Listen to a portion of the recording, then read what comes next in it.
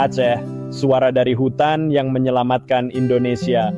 Jangan pernah lupakan sejarah ini. Saat Indonesia nyaris runtuh, Aceh bangkit. Tahun 1948, Belanda datang lagi lewat agresi militer kedua. Jakarta jatuh, Yogyakarta diduduki. Semua pemancar radio Indonesia dihancurkan. Dunia mengira Indonesia sudah mati.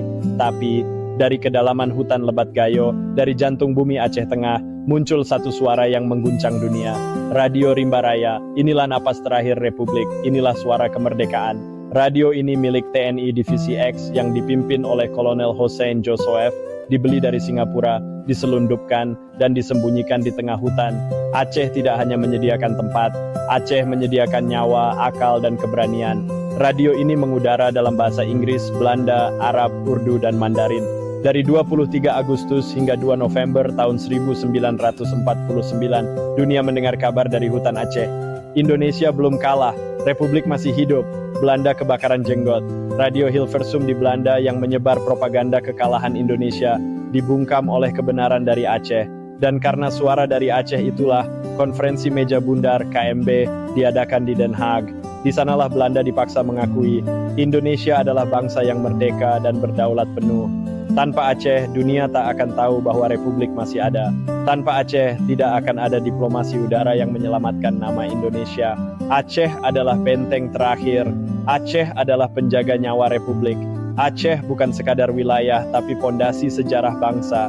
Radio Rimba Raya bukan hanya alat komunikasi, ia adalah suara Aceh yang menyalakan kembali semangat nasional. Ia adalah cikal bakal Voice of Indonesia dan bukti bahwa Aceh tak pernah diam saat negeri ini terancam. Hari ini kita boleh punya teknologi canggih, tapi dulu Indonesia bertahan karena keberanian Aceh.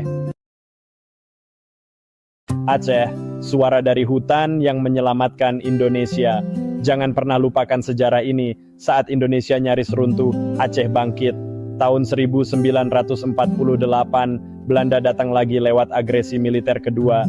Jakarta jatuh, Yogyakarta diduduki. Semua pemancar radio Indonesia dihancurkan.